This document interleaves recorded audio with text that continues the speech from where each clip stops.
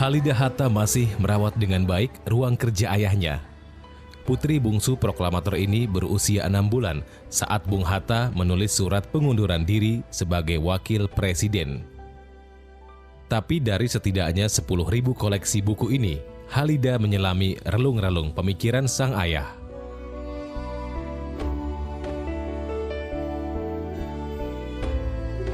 Setelah mundur dan menjadi warga negara biasa, rumah ini sering didatangi para tokoh untuk berdiskusi. Tapi bersama dengan mereka, pemerintah juga mengirim mata-mata.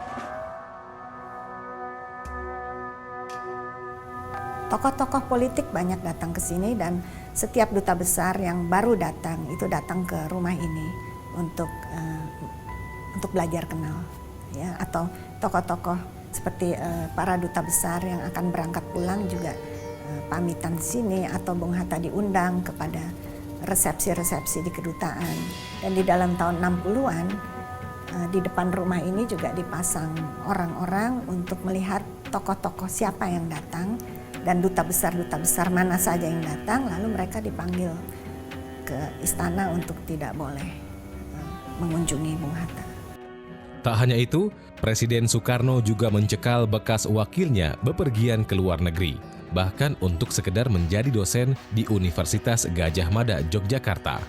Sehingga pernah juga waktu itu dilarang untuk pergi menghadiri konferensi internasional koperasi di Hamburg atau di mana. Di mana sebetulnya Bung Hatta bisa menjadi pembicara di situ dalam tingkat konferensi dunia mengenai koperasi. Tapi Menteri Luar Negeri ketika itu melarang Bung Hatta untuk berangkat ke luar negeri. Jadi seperti jadi tahanan kota. Cerita ini tentu tak ada di buku-buku pelajaran sekolah. Yang ada kisah patriotik tentang kekuatan Dwi Tunggal sebagai proklamator dan bapak pendiri bangsa. Tapi kisah Soekarno-Hatta tak melulu mengenai patriotisme, kenegarawanan, dan persahabatan. Kisah Soekarno-Hatta adalah juga kisah tentang pertentangan, pertengkaran, dan benturan pemikiran akibat pilihan-pilihan politik dan ideologi. Memang orang ini dua-duanya tokoh besar dan unik. Mereka berkawan sejak tahun 20-an.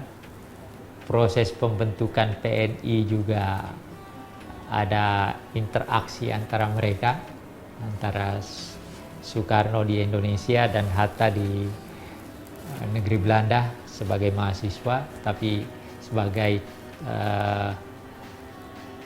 pemimpin pergerakan mereka berkomunikasi, dan nanti hasil daripada komunikasinya itu adalah dalam bentuk organisasi politik PNI. 4 Juli 1927, Bung Karno mendirikan Partai Nasional Indonesia atau PNI. Bung Hatta saat itu masih sekolah di Belanda dan tergabung dalam Perhimpunan Indonesia. Ia ingin masuk PNI bila kelak kembali ke tanah air. Tapi 2 tahun kemudian, Bung Karno ditahan pemerintah kolonial karena aktivitas politiknya. Ketika Soekarno ditangkap, lalu PNI mau dibubarkan, Bung Hatta nggak setuju, masa hanya karena pemimpinnya ditangkap maka kemudian partainya dibubarkan. Keduanya sebenarnya sama-sama menganut garis politik non-kooperatif, di mana kemerdekaan harus direbut dengan kekuatan sendiri dan menolak bekerja sama dengan Belanda. Bung Hatta pernah diadili di Belanda karena dianggap menghasut agar memberontak. Ia dituntut hukuman 3 tahun penjara pada 1928. Tapi ia dibebaskan setelah pidato pembelaannya yang berjudul Indonesia Merdeka. Bung Karno di Batavia punya andil menggalang dukungan dan dana agar Bung Hatta dan kawan-kawan mahasiswa dibebaskan, padahal mereka belum saling kenal dan belum pernah bertemu. Soekarno sendiri kemudian juga ditahan di penjara Bancai dan Sukamiskin, Bandung. Pleidoinya terkenal dengan judul Indonesia Menggugat. Tapi hakim tetap memvonis 4 tahun meski hanya dijalani separuhnya. Melalui artikel-artikelnya, Bung Hatta juga membela Bung Karno dan PNI dari teror dan intimidasi polisi-polisi Belanda.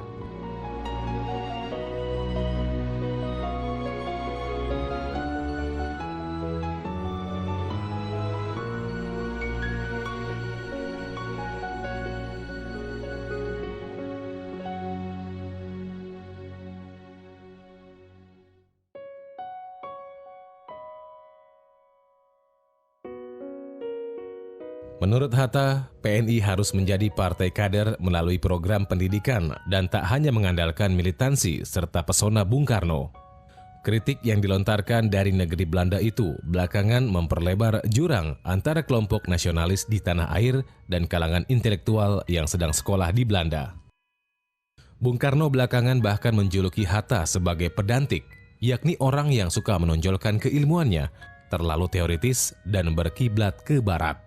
Kan harus diingat, Bung Hatta ini kan seorang didikan Belanda.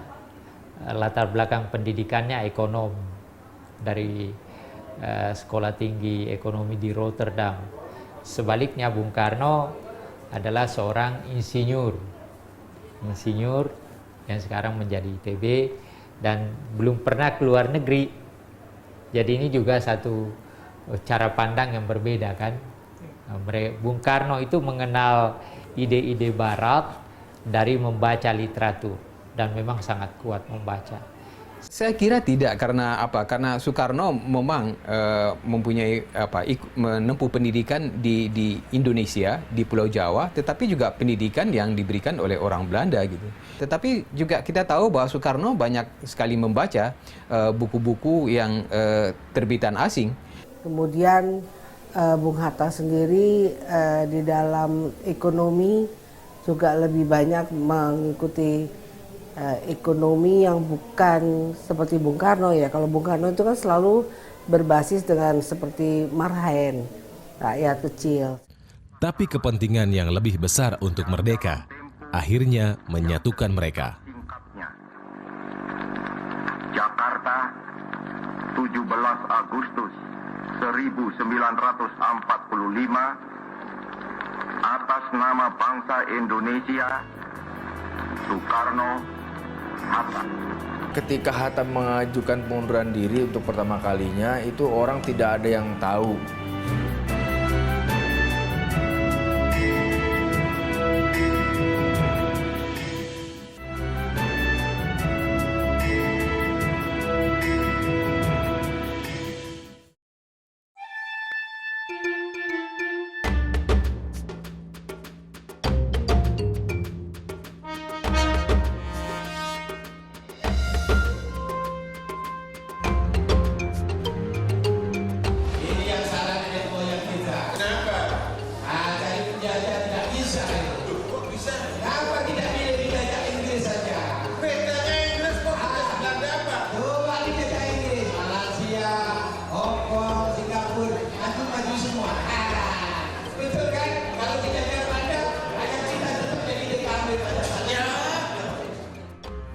Rahmawati yang kini mengelola Universitas Bung Karno siang itu tengah memimpin latihan pementasan Mahaguru yang merekonstruksi peran Soekarno dalam sejarah.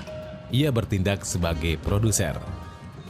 Bung Karno sendiri tidak boleh dikata tidak menghendaki liberalisme di dalam alam demokrasi.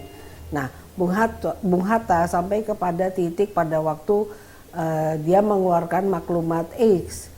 Nah, disitulah terjadi sehingga demokrasi di Indonesia itu menjadi carut marut, partai-partai luar biasa banyaknya, dan ya seperti kita ketahui pada saat itu sangat tidak kondusif suasananya.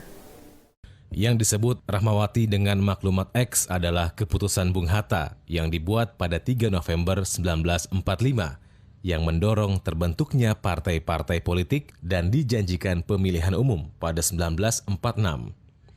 Keputusan ini disebut-sebut untuk menjegal sebuah rencana Bung Karno.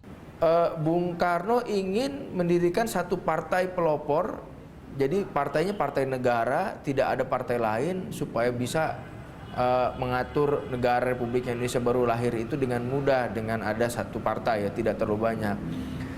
Nah, Bung Hatta yang konon katanya mendapatkan bisik-bisik dari Syahrir itu merespons keinginannya Bung Karno dengan cepat-cepat mengeluarkan maklumat Wakil Presiden nomor X November 1945. Di situ dibukalah keran kebebasan demokrasi. Jadi setiap perkumpulan orang boleh mendirikan partai politik. Bung Hatta memang anti komunis, juga fasisme. Gagasan partai tunggal cukup mengkhawatirkannya. Tapi belakangan, sistem multipartai ini menjadi bumerang bagi dirinya sendiri. Sistem pemerintahan berubah dari presidensil ke parlementer dengan munculnya Perdana Menteri pertama, Sultan Syahrir. Ketika itu Soekarno mungkin dalam hatinya tidak setuju ya. Tetapi di sisi yang lain kita juga melihat bahwa apa yang dilakukan Hatta ini adalah memperlihatkan ke dunia internasional bahwa Indonesia adalah sebuah negara yang demokratis.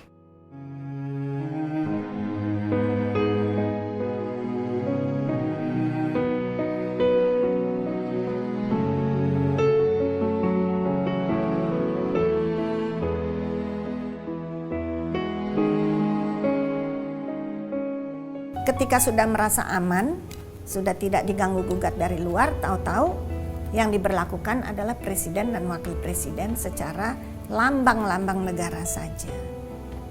Di situ terlalu cepat masuk demokrasi parlementer. Bung Hatta nggak happy kok di dalam itu. Di tahun-tahun tersebut, antara 1950 sampai 1955, Bung Hatta yang memiliki konsep-konsep pembangunan ekonomi merasa tak dapat berbuat apa-apa sebab kebijakan berada di tangan elit-elit parpol yang sering terlibat konflik politik. Bagi Bung Hatta, revolusi sudah selesai dan saatnya melakukan pembangunan.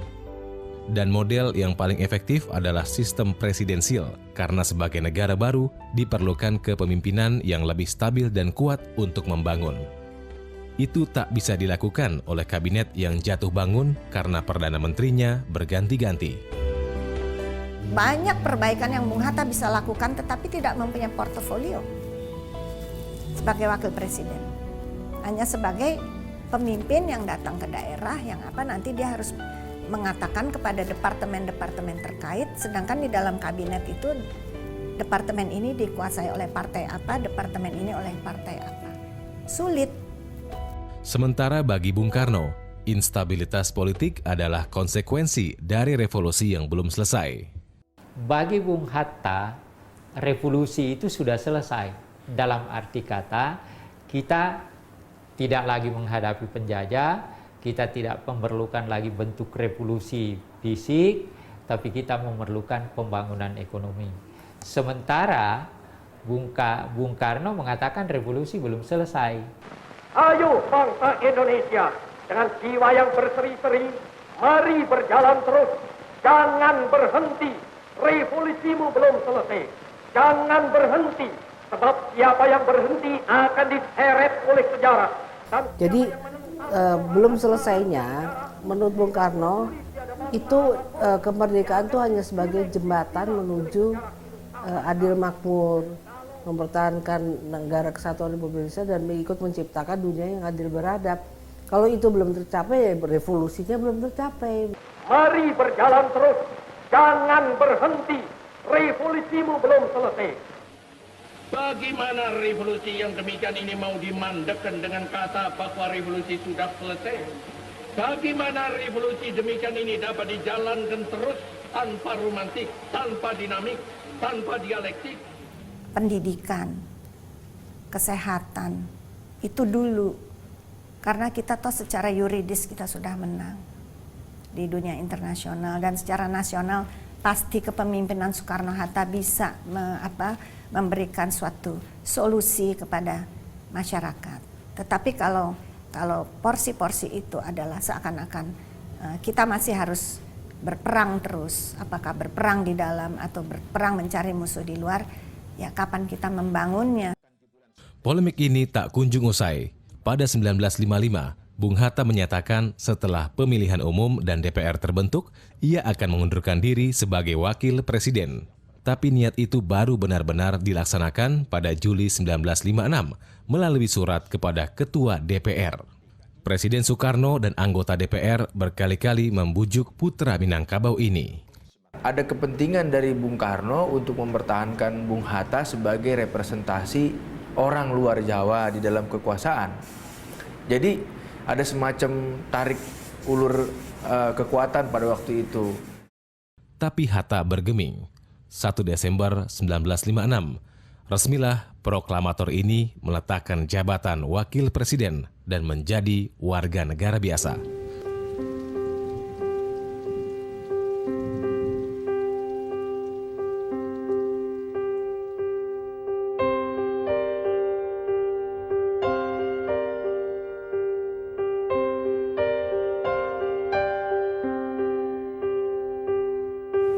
pada tahun 55 sampai dengan 56 itu tidak ada tahu orang yang pasti alasan kenapa Bung Hatta mengundurkan diri. Karena tadi desas-desus saja.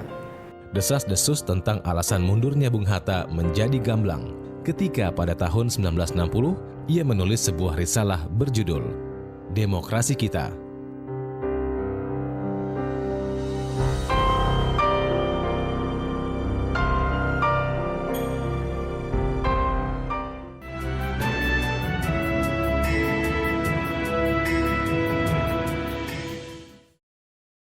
Tahun 1959 adalah tahun penemuan kembali revolusi. Tahun 1559 adalah tahun 5 Juli 1959 atau 4 tahun setelah Bung Hatta mundur, Presiden Soekarno mengeluarkan dekret presiden sebagai tanda dimulainya era demokrasi terpimpin. Masuklah sama sekali dalam revolusi lagi. Pakailah Undang-Undang Dasar 45 itu sama sekali sebagai alat perjuangan. Kibarkanlah sama sekali benderanya demokrasi terpimpin. Setahun setelah itu, majalah Panji Masyarakat menerbitkan tulisan Bung Hatta yang berjudul Demokrasi Kita. Artikel itu mengkritik Presiden Soekarno yang membentuk sendiri kabinet, padahal masih dalam sistem parlementer yang dipimpin Perdana Menteri sesuai UUDS 1950. Hatta juga mengkritik Presiden Soekarno karena membubarkan Badan Konstituante yang dipilih rakyat sebelum konstitusi yang baru selesai. Presiden Soekarno juga dianggap melakukan kudeta karena sebagai kepala pemerintahan, ia membubarkan DPR dan menyusun DPR baru yang anggotanya ditunjuk sendiri. Sementara itu, tentara mulai tidak profesional karena dilibatkan dalam berbagai urusan di luar pertahanan eksternal.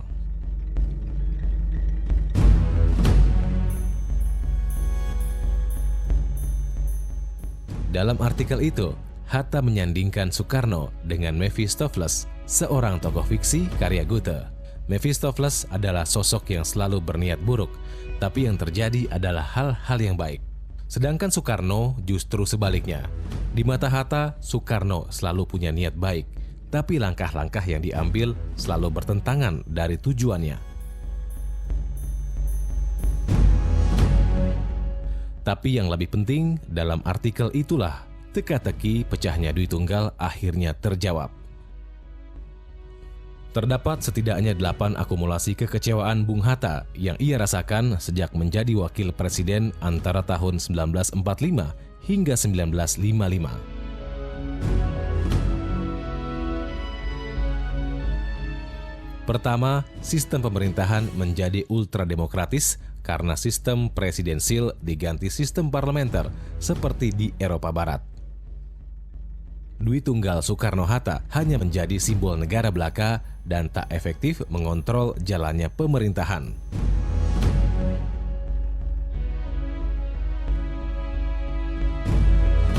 Menteri-menteri bertindak sendiri-sendiri demi kepentingan partai. Pegawai dan jabatan-jabatan publik dipenuhi orang-orang yang loyal kepada partai dan bukan kalangan profesional. Pembangunan tidak berjalan karena konflik politik antar golongan yang tak berkesudahan. Otonomi daerah dengan kewenangan mengurus keuangan sendiri tak kunjung dilaksanakan dan menimbulkan pergolakan di daerah. Partai Komunis Indonesia atau PKI terlalu diuntungkan. Dan terakhir, Bung Hatta tidak setuju dengan demokrasi terpimpin yang digagas Bung Karno.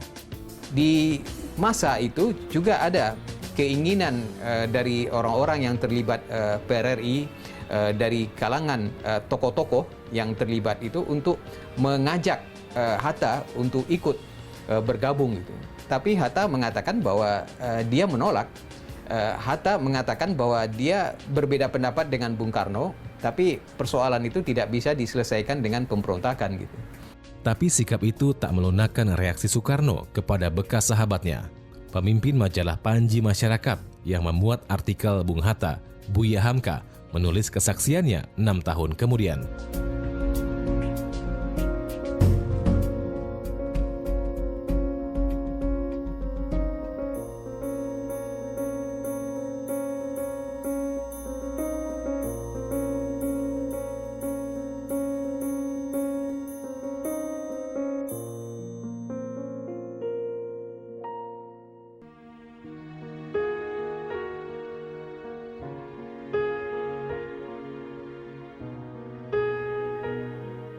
Rumah ini akan selalu menjadi saksi masa-masa di mana Hatta menjalani hari-harinya sebagai oposisi bagi sahabatnya sendiri.